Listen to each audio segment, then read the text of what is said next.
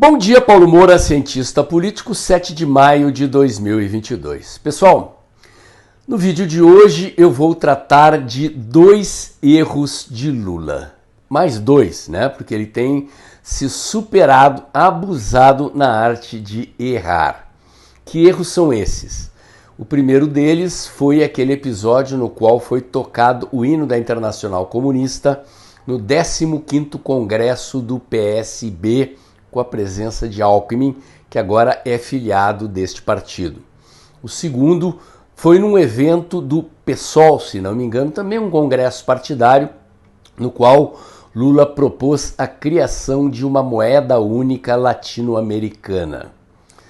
São 2 erros que requerem uma análise mais profunda, já faz alguns dias que eles aconteceram, mas como eles requerem uma análise mais profunda e como Lula cometeu muitos erros recentemente, eu guardei os 2 para um vídeo de sábado. Vai ser um daqueles vídeos um pouquinho mais longos que eu costumo fazer, faz tempo que eu não faço.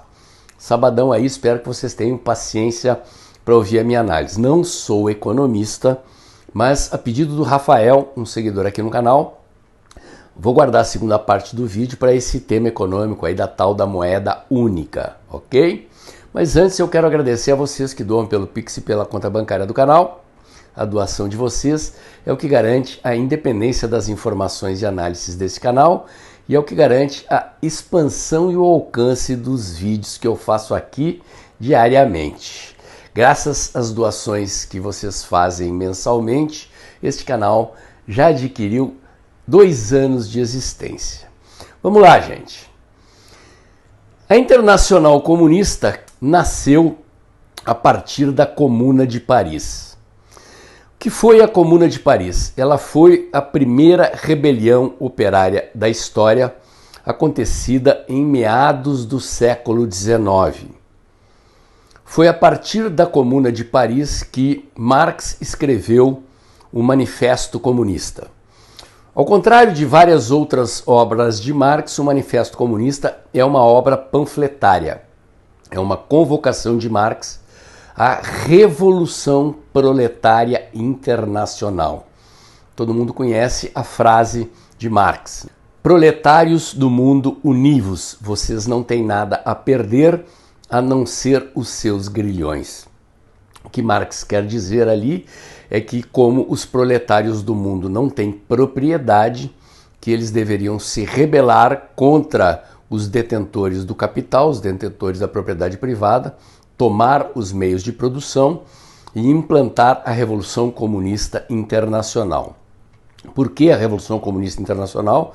Porque Marx dizia que o capitalismo é um sistema internacional, um sistema mundial, e que, portanto, o socialismo deveria ser implantado mundialmente. E a Internacional, então, é chamada de Internacional exatamente por isso.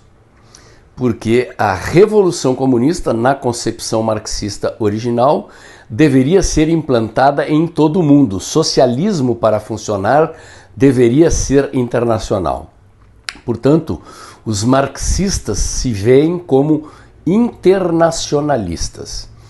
Essa polêmica depois se estabeleceu dentro do marxismo, porque mais adiante, quando eles fizeram a Revolução Russa, Stalin passou a defender que seria possível manter a Revolução Socialista dentro das fronteiras da Rússia e depois da União Soviética, e Leon Trotsky, que foi um dissidente, defendia que não, que Stalin tinha traído a Revolução e que não era possível preservar a Revolução dentro das fronteiras nacionais e que ela deveria ser expandida internacionalmente. Mas isto é outro assunto. O hino tocado no Congresso do PSB chama-se a Internacional e a letra do hino foi criada por um poeta francês por inspiração nessa rebelião operária acontecida em meados do século XIX, em homenagem à Comuna de Paris, que foi essa rebelião. E depois ela foi musicada e transformou-se no hino da União das Repúblicas Socialistas Soviéticas. Se não me engano, em 1922. Se vocês tiverem interesse em detalhes, vocês dão um Google aí que vocês vão descobrir. Eu dei um Google ali para pegar mais detalhes, mas enfim. Gente, eu não sou historiador, tá? O objetivo daqui não é a precisão de datas e detalhes da história, é passar para vocês algum conhecimento muito mais sobre essa questão da visão internacionalista dos comunistas, da ideia de revolução internacional, porque ela tem conexão depois com aquela ideia que eu vou tratar lá na frente da moeda latino-americana sobre a qual falou o Lula. E, bom, o que acontece? Então, a partir da Comuna de Paris, Marx funda a Associação Internacional dos Trabalhadores. A Associação Internacional dos Trabalhadores foi o primeiro grande partido comunista da história. Na concepção do Marx, então, este partido deveria ser o Partido Revolucionário Internacional dos Trabalhadores. O partido que deveria dirigir, vanguardizar, se é que o termo existe, a Revolução Mundial Comunista. Neste partido estavam, então, marxistas revolucionários e anarquistas. Com o tempo, Marx chegou à conclusão que o convívio entre marxistas e anarquistas era impossível. Por quê? Porque os anarquistas, eles defendiam o fim do Estado. Eles não toleravam a hierarquia. A utopia anarquista, ela é igual à utopia comunista. É a ideia de que não deve existir Estado, que uma sociedade igualitária é o objetivo fim da humanidade. A ideia de uma sociedade de igualdade total. Só que o Marx acha que para você chegar nessa ideia, né, de sociedade igualitária total, você precisa tomar o poder. Os proletários, através do Partido Comunista, precisam tomar o poder. Aí os comunistas vão distribuir a riqueza e passar por uma etapa socialista, e com o tempo as desigualdades vão desaparecer e chegaremos no comunismo. E os anarquistas entendem que esta formação de uma etapa socialista com hierarquias de poder, na verdade, ela não leva ao comunismo. Porque para os anarquistas, qualquer tipo de hierarquia, qualquer tipo de burocracia terminará redundando naquilo que aconteceu de fato, que é um outro tipo de desigualdade. Os anarquistas, nesse sentido, tinham razão. Tem uma certa similaridade entre os anarquistas e os liberais. Os anarquistas, você não vai encontrar dois anarquistas que pensem de forma igual. Tá? Alguns anarquistas toleram um tipo de hierarquia em nível sindical, em nível de cooperativas, e existem anarquistas que são completamente individualistas. Tá? São completamente diferentes, um anarquista pensa diferente do outro e eles brigam entre eles mesmos. Mas a diferença entre anarquistas e comunistas era em relação a essa questão do Estado. Então, o Marx depois chega à conclusão de que não dá para conviver com os anarquistas, e o Marx funda então o SPD, é o Partido Socialista Alemão. Tá? Então o SPD existe até hoje, e funda então a Segunda Internacional Socialista, ok? A Segunda Internacional, que é para ser então uma associação internacional de trabalhadores. E essa Segunda Internacional, ela está presente em vários países do mundo e é representada pelos partidos socialistas. Partido Operário Social Democrata Espanhol, o SPD alemão, o Partido Socialista francês. Vários partidos socialistas no mundo inteiro integram a Segunda Internacional. No Brasil, o partido oficialmente integrante da Segunda Internacional é o PDT, originalmente do Brizola, e hoje de quem? De quem? Do Ciro Gomes. O PSB do Alckmin é observador, é membro observador da Segunda Internacional. Vou usar uma linguagem figurada aqui para vocês entenderem o que é membro observador da Segunda Internacional. É mais ou menos como se você fosse, quer dizer, num clube, né? Um clube, existem os sócios que têm o título patrimonial do clube, e como os clubes no Brasil hoje em dia estão precisando de grana, né? Estão meio quebrados, falidos, eles aceitam pessoas que não têm o título patrimonial, mas se você pagar uma mensalidade lá e depois pagar para frequentar a piscina, pagar para frequentar aula de judô, aula de basquete, enfim, você pode entrar no clube. É como se fosse. Então, o PSB ele é sócio observador, o PT é sócio observador, outros partidos são. Então, o PSB, Partido Socialista Brasileiro, ao qual se filiou o Alckmin, ele é sócio observador na Internal. O Cidadania, antigo Partido Comunista, né, é sócio observador, ok? O que aconteceu com o tempo, tá? Na Primeira Guerra Mundial, já havia acontecido a Revolução Russa. Em 1917 acontece a Revolução Russa. E havia uma polêmica muito grande na Europa, porque havia duas correntes na esquerda europeia. Uma corrente chamada de revisionista do marxismo, o Marx já havia morrido, tá? Então o Marx, ele morre em 1864, se a memória não me trai. E ele é seguido depois por outros teóricos, por Lenin, por Trotsky, né? E surgem ali então interpretadores do marxismo. E surgem duas correntes dentro do marxismo. Os chamados revisionistas ou reformistas e os revolucionários. Quem são os reformistas ou os revisionistas? É uma corrente moderada da esquerda que defendia a ideia de que a Revolução Socialista podia ser feita pacificamente. Ou seja, ganhando eleições, elegendo deputados no parlamento, ganhando governos e reformando o capitalismo através da legislação. E os revolucionários defendiam que não, defendiam que a Bíblia marxista, que a cartilha marxista original, defendia a ideia da insurreição, da greve geral insurrecional, da tomada das fábricas e do assalto ao poder.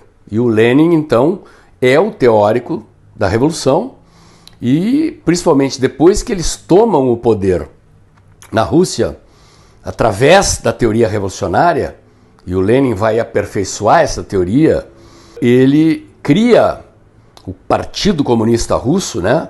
E o Partido Comunista Russo chamava Partido Operário Social Democrata Russo, era membro da Segunda Internacional e se dividia entre essas duas correntes. Na Rússia eles se chamavam de mencheviques e de bolcheviques. Os mencheviques eram os reformistas ou revisionistas e os bolcheviques eram os revolucionários. Então, na Rússia eles racham e os bolcheviques, então, são os revolucionários. Ali já houve um racha, mas eles ainda eram membros da Segunda Internacional. Só que em 1919, em plena Primeira Guerra Mundial, vai à votação no parlamento alemão um pedido do Kaiser alemão para aprovação de créditos de guerra. Ou seja, o Kaiser alemão queria que o parlamento aprovasse o financiamento da guerra. Na visão marxista revolucionária, a guerra era uma guerra imperialista, ou seja, uma guerra pela disputa de mercados, de matérias-primas, de fontes de energia, de fontes de minérios, né, entre potências capitalistas pelo controle do mundo, e que essa guerra não interessava a classe trabalhadora, que a classe trabalhadora era a bucha de canhão na guerra. E o Lenin defende que o Partido Socialista Alemão votasse contra o financiamento da guerra. E o Partido Socialista Alemão, o SPD, vota a favor do financiamento da guerra. Quando o SPD vota a favor da guerra, o Lenin afirma que os socialistas alemães tinham traído a classe trabalhadora e rompe com a Segunda Internacional e funda a Terceira Internacional, que é a Internacional Comunista. Ok? Então, a Primeira Internacional fundada por Marx tinha sido extinta, Marx tinha fundado a Segunda Internacional, morreu, e agora Lenin funda a Terceira Internacional. Depois disso, quando Lenin morre e Stalin toma o poder e torna Trotsky exilado, isso já em 1938, boca da Segunda Guerra Mundial, Trotsky no exílio vai fundar a Quarta Internacional.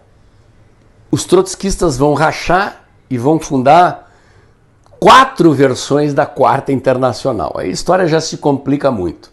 Vou parar por aqui. Onde é que eu quero chegar com isso?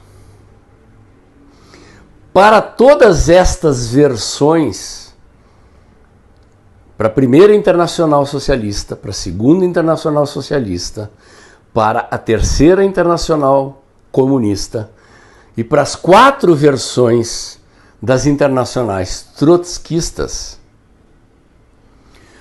o hino da Internacional, nascido como hino da Comuna de Paris, que aliás era para ser musicado como se fosse o hino da Marselhesa, que é o hino da França, surgido como hino da Revolução Francesa. Vocês veem como é que é a ideia de revolução dos marxistas, né? A origem da ideia de revolução, que é uma ideia anticonservadora, permanece.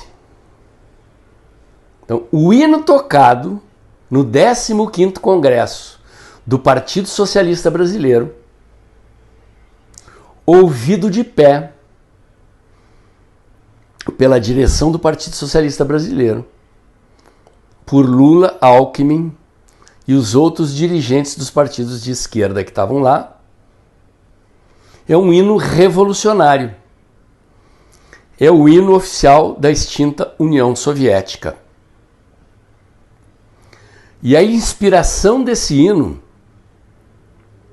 reside na ideia de que a Revolução Socialista é uma revolução internacional. E é por isso que os comunistas não descansam, gente. É por isso que os comunistas não descansam, mesmo que a Revolução Socialista não tenha dado certo em lugar nenhum do mundo. Em lugar nenhum do mundo. Senhoras e senhores, teremos agora a execução do hino da Internacional Socialista.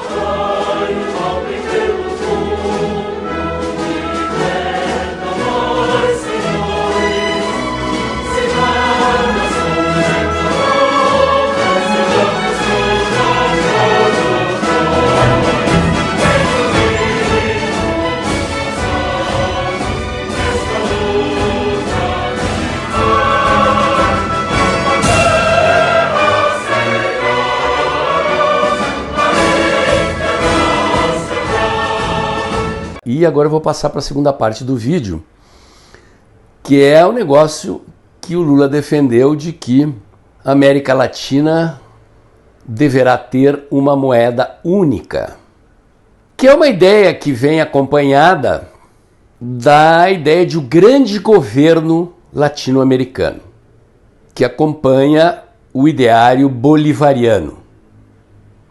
Está um pouquinho defasado no tempo, mas vocês vão se lembrar que era um discurso muito comum na primeira década dos anos 2000, quando eles governaram vários países aqui da América do Sul.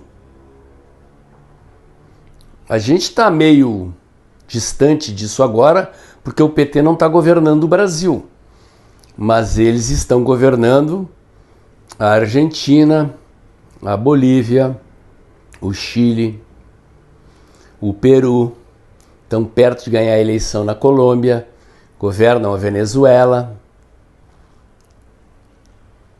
El Salvador, o Equador, né? Coisa está complicadinha. E estão aí disputando a presidência da República no Brasil, e o Lula defendeu a implantação de uma moeda latino-americana. Eles têm também, já tinham naquela época, um plano de defesa continental. Plano de defesa continental. Então, o sonho... Por que eles usam o Simão Bolívar? Tá? Essa ideia de uma pátria grande latino-americana é a ideia do general Simão Bolívar. Eu não vou entrar em detalhes também, vocês pesquisem aí quem foi Simão Bolívar, né? O herói nacional desses heróis latino-americanos, como foram vários libertadores latino-americanos, como para nós foi Dom Pedro I. Cada país latino-americano desse tem os seus heróis das suas independências nacionais, mas ele era um defensor dessa ideia, e ele foi apropriado por Hugo Chávez e virou um símbolo nacional venezuelano, e eles passaram a defender essa ideia. Essa ideia do governo latino-americano, de uma pátria latino-americana, ela é, digamos, ela é uma ideia irmã dessa noção internacionalista dos comunistas, só que, digamos, aplicada ao continente latino-americano. Então, é o objetivo de criar um governo continental com um sistema de defesa continental. O Lula agregou a ideia da defesa continental, da moeda continental, a ideia de se livrar da dependência do dólar, né? De ter, digamos assim, uma soberania continental. Por detrás disso está uma ideia de, primeiro, retirar a soberania nacional, ou seja, o Estado Nacional brasileiro, cuja soberania é defendida preponderantemente pelas nossas Forças Armadas, transferiria a sua soberania para uma instância supranacional latino-americana, hoje preponderantemente governada por um conjunto de governos bolivarianos. Então haveria aí, sei lá, uma federação de governos bolivarianos comandando o poder na América Latina, e nós, na visão do Lula, abriríamos mão da soberania nacional e transferiríamos o poder de governo do Brasil para esse negócio aí que o Lula está defendendo. E abriríamos mão do real e transferiríamos a soberania da nossa moeda para essa moeda latino-americana. Como se isso fosse simplesmente uma decisão que é só assinar um papel, extingue a moeda, cria uma outra moeda e essa moeda passa a circular, como se isso fosse uma decisão burocrática, tá? Eu vou repassar para vocês aqui como é que foi a transição das moedas nacionais europeias para o euro, para vocês terem uma ideia de quanto demorou isso e como foi complexa e cujos problemas os europeus enfrentaram e ainda enfrentam em relação a isso, tá? Quer dizer, a moeda, ela não é só um papel representativo de um determinado valor.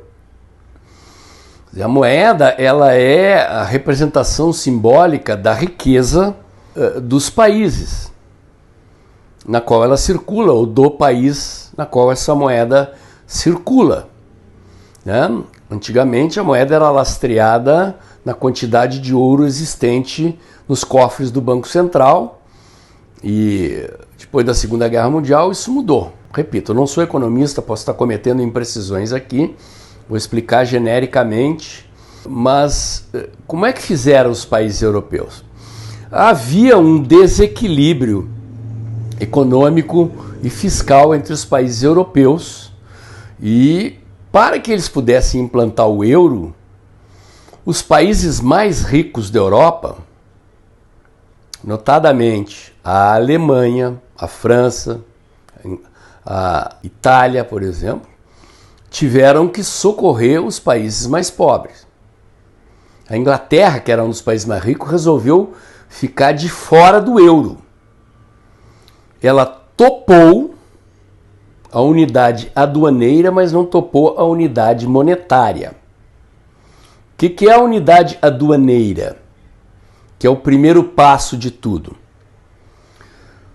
Topa unificar o sistema de tributos, que é o primeiro passo. Significa o quê? Você equalizar é tornar iguais as tarifas tributárias de importação e exportação. Então significa o quê? Que os impostos cobrados dos produtos que entram no continente são os mesmos. Não tem mais diferença de impostos cobrados de produtos que entram em qualquer país do continente, os impostos serão os mesmos. Ok? Para facilitar as transações entre países. Não há mais competição entre os países por impostos diferentes.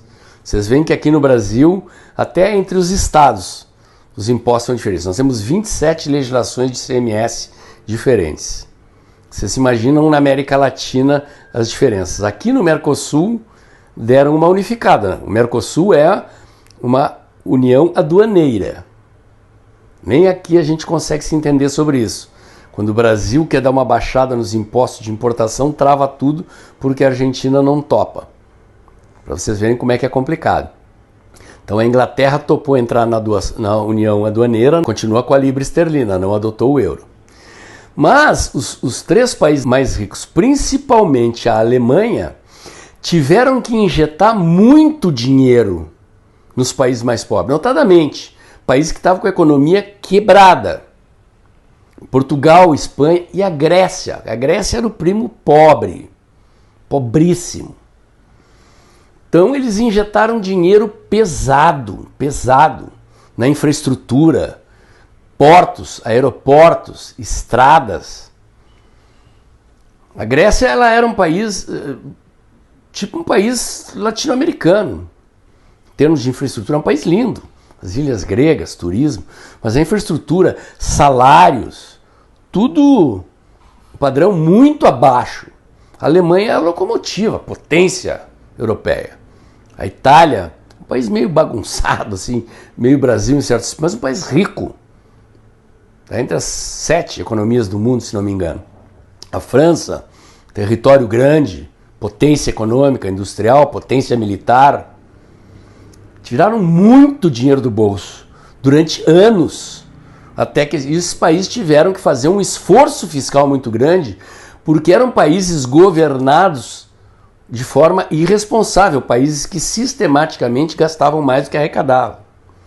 Então eles tiveram que esperar anos até que esses países atingissem um equilíbrio fiscal, reduzissem a inflação, até que eles conseguissem implantar o euro. Vocês lembram que há pouco tempo atrás a Grécia quebrou? Quase quebrou a Europa inteira, gente. Por quê? Porque a Grécia estava endividada, principalmente com os bancos alemães, os bancos franceses e alguma coisa com bancos italianos. Fruto do quê? Fruto do dinheiro que os países mais ricos tiveram que injetar. Eu tive em Portugal em 2017, gente. Portugal tem uma rede de rodovias impressionante. Os pedágios em Portugal são caríssimos. Não tem carro em Portugal para aquelas rodovias. Aquilo é um desperdício. Rodovias de 3, 4 pistas, asfaltos de primeira, pedágios de primeira, é caríssimos os pedágios, entendeu? Aquilo ali foi construído para que Portugal chegasse no patamar da Alemanha, da França, da Itália, da Inglaterra, para que chegasse num patamar, entendeu? Foram investimentos absurdos. Coisas que não fazem muito sentido. País lindo, ótimo de se morar, adoraria me aposentar e morar em Portugal. Mas tudo isso foi feito para quê? Para que o patamar de riqueza dos países europeus se equilibrasse e comportasse a adoção de uma moeda única. Eu espero ter me feito entender até aqui. Agora imaginem implantar uma moeda única na América Latina com países tão díspares como são os países latino-americanos. Como é, por exemplo, o Brasil e a Bolívia. O Brasil e alguns países da América Central. Você tem países como o Brasil, como a Argentina, como o Uruguai, como o Paraguai, como a Bolívia, como a Venezuela, gente. Adivinhem quem vai sustentar essa brincadeira. Quem sustentou o euro, quem sustenta o euro, é a Alemanha, a França e a Itália. Quando a Grécia quebrou, do bolso de quem vocês acham que saiu o socorro à Grécia? Dos trabalhadores alemães, dos trabalhadores franceses, dos trabalhadores italianos. Sai dos bancos, mas de onde é que vocês acham que sai o dinheiro dos bancos? Né? Alguns bancos quase quebraram. Aí quem é que socorre os bancos? Os governos. De onde é que sai o dinheiro dos governos? Dos impostos. Dos impostos de quem? Então a ideia de jirico do Lula visa o quê? O que aconteceu nos governos do PT, gente? Com o nosso dinheiro? Onde foi parar o nosso dinheiro? No metrô de Caracas, no porto de Mariel em Cuba, sim. Cuba faria parte da moeda latino-americana. O PT entregou uma refinaria, o Evo Morales, entregou. O Evo Morales foi lá, entrou com o exército na refinaria, o Lula entregou. Vocês estão vendo o preço do petróleo aqui no Brasil agora, o preço da gasolina? O Lula entregou, doou. E o Lula vem falar em moeda latino-americana. Vocês estão vendo a inflação na Argentina, a inflação na Venezuela? Estão achando que os preços estão caros no Brasil? O que vocês acham que vai acontecer com uma moeda latino-americana controlada por um banco central petista? Porque o Lula está dizendo que vai acabar com a autonomia do Banco Central. Vai colocar quem lá na presidência do Banco Central? O Guido Mantega? O Aloysio Mercadante? A Dilma Rousseff? Sim, a Dilma é economista. Vou parar por aqui para não estragar o fim de semana de vocês, tá? Meu comentário de hoje era esse. Se você gostou, curte, comenta e compartilha. Bota o dedãozinho lá, aperta o sininho para o YouTube avisar você quando tem vídeo novo no canal. Inscreva-se aqui no meu canal. Inscreva-se também nos meus canais alternativos, o Dextra by Paulo Moura do Telegram, o Dextra Jornalismo da COS.tv. Acompanhe meus comentários diários no canal Tempo e Dinheiro do jornalista João Batista Olive, de segunda a sexta-feira. Agora eu estou entrando ali pelas 2h15 da tarde. E lembre-se, o vídeo está acabando logo depois da vinheta. Pinga seu Pix mensal aqui, porque é o seu Pix que garante a independência das informações e análises desse canal, que agora já está fazendo 2 anos graças à contribuição financeira que você dá aqui mensalmente. Amanhã tem mais.